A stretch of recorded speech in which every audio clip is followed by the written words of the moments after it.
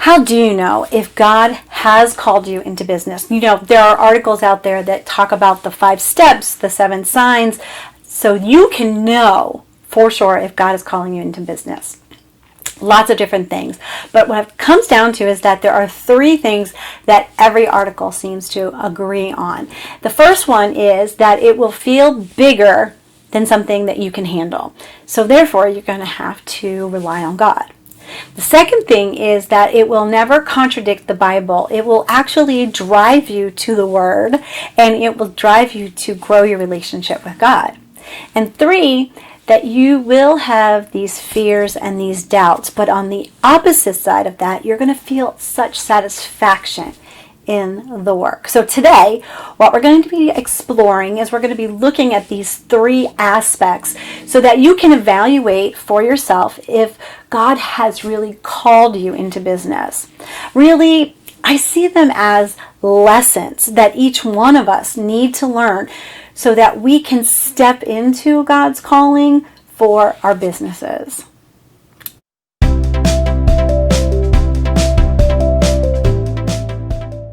This is DeneenTB, your Christian business growth strategist and clarity coach.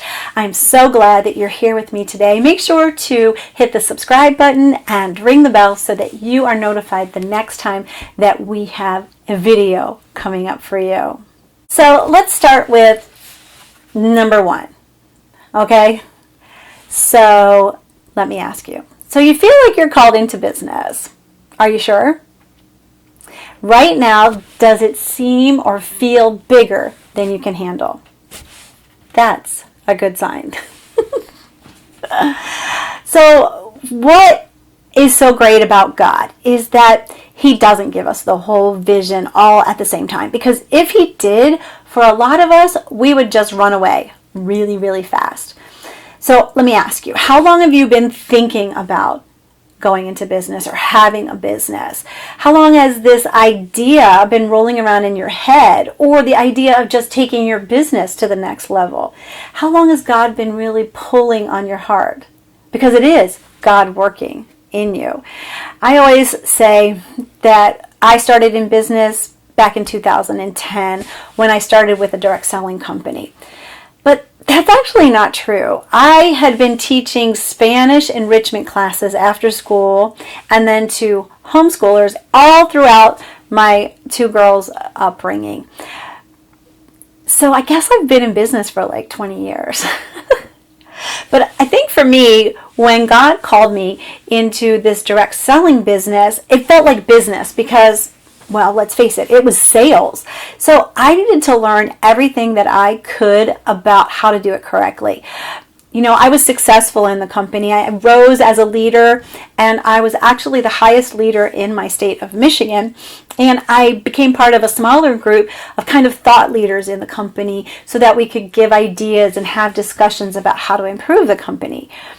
In fact, during this time, this is when I found my ideal client, because I really wanted to find women who basically had their own money. And that led me to Christian businesswomen because I was selling Christian products. But I didn't just stop there to find them that way. I quickly moved into creating a networking group for Christian businesswomen. So basically I could connect with my ideal clients so I could have customers. It all was derived and directed at my business for me, or so I thought. I remember having this feeling back in those early days when I was networking and masterminding. I felt like I was standing on the edge of a cliff and that there was this huge canyon in front of me, kind of like the Grand Canyon, and it was just open in front of me. It was so scary. I wasn't sure what God really wanted from me, but He had everything planned, and I just needed to take the step. I remember thinking in my direct selling company that I just didn't want to do the party plan like they had. That was the model that they had. So I shifted it. I wanted to make it my own. So I shifted it and I started doing workshops and creating these different types of workshops around my products. Because I really was looking at helping women to grow their faith. And I remember I also acquired a brick and mortar. It was called the GFYO. My business is called Grow From Your Overflow. So GFYO, Business and Educational Center. And within 2 short years, I went from just selling products to knowing that these Christian businesswomen were the women that I was supposed to serve. You see, once I took that first step off of the cliff, I realized that God was providing almost like the stepping stone for me to cross. And the bolder I got into doing what he was asking me to do, the more those stepping stones showed up. And as I listened to my ideal clients, I realized that they needed certain things that I could provide, that I could solve the problems that they were having, specifically around connecting their faith to their business. You know, if he had not opened up this plan to me very slowly the way that he did, I know for me, I would have run. I would not have thought that I could really do any of it. You see, he used my love of learning. He used my experiences in teaching. He even used my spiritual gifts of administration and creativity to propel me to the next thing that he had for me. And I was willing to take the next step. Each time something new was to happen. You see, when the vision, the plan looks bigger than you think you are capable of doing, that's where God says, do you trust me? If it's not scary, if you don't need to depend on God to do it, then it's really not a calling. So if you're in the place where you feel like you're on the cliff right now, that you are unsure of your next step, I would encourage you to just take the step. So if that's where you are right now, I would love to know more about that. Let me know if you're on the cliff. Put that in the comments just so I know that you're on the cliff. And I would love to know, what is that big thing that God is putting on your heart to do? If you want to tell me about that in the comments, I would love to know where you're standing, if you're standing on that cliff, and what God is asking you to do. Okay, so we'll go on to number two. Number 2, so God has called you into business. Are you sure? Right now, do you feel a drive to know more about the Bible, to know more about God? That's a good sign. Only when you get to know God more, to build this vertical relationship, will you have the stamina, the courage, the will to keep going when things do not go as planned. So let's face it, most of us, we do take missteps when we're first getting started. We just don't know what we don't know. I remember my first website was a work of art. I was so excited because I had just worked with a branding coach, and I had this product that I knew everyone was going to want. Well, that was not true. It is called the Personalized Faith Plan. And it was something, the PFP, Personalized Faith Plan. And it was something that I believed, I knew that every Christian businesswoman that I work with needs. But you know what? It wasn't something that she wanted or even wants right now. This was the first thing that did not go as planned. Now I tell others that just because you build it does not mean that they will come. It's also part of what I teach when I work with clients inside of my Calling Clarity program. And the PFP, well, it's still part of that program. You remember I told you about the Business and Educational Center a little while ago. It closed after only 18 months of being open. Now, I knew that God wanted me to open it, but it did not go as planned. You know, I remember feeling so devastated, especially those first couple of months. I had worked so hard to really make it a great place for Christian businesswomen so they could come together. I had workshops, I invited guest speakers, I had space for other people to rent for their functions and their groups and more. It was so awesome. It was fabulous. You know, the entrepreneur's journey is never just a straight line up, right? The closing of the center, though it was a dip, it gave rise to the next thing that I did, which was writing a book. And it allowed me to focus more online and go where I could actually have a bigger audience. Now, was it wrong for me to be local? No. Did I misunderstand God somehow in what He wanted me to do? No. He wanted my obedience. He was testing me to see if I would take the next step. He wanted me to depend on Him more, to learn more about Him along the way. So will everything go as planned? No. Will I trust God for the result? Yes. It actually goes back to the first point. If God gave you the entire plan all at first, you would totally freak out and you wouldn't have to rely on Him every step of the way. God taught me to go to Him with everything, to stay grounded in building my relationship with Him first so that it would fuel my business. So let me ask you, where are you right now in your relationship with God?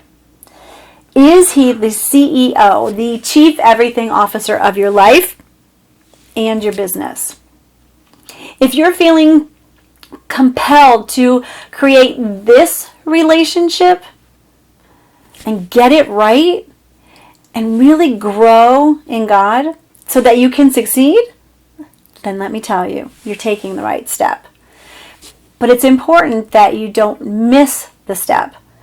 Only when you are in deep relationship with Him can you have the strength, the tenacity to learn the lessons that you need to learn in this entrepreneurial adventure.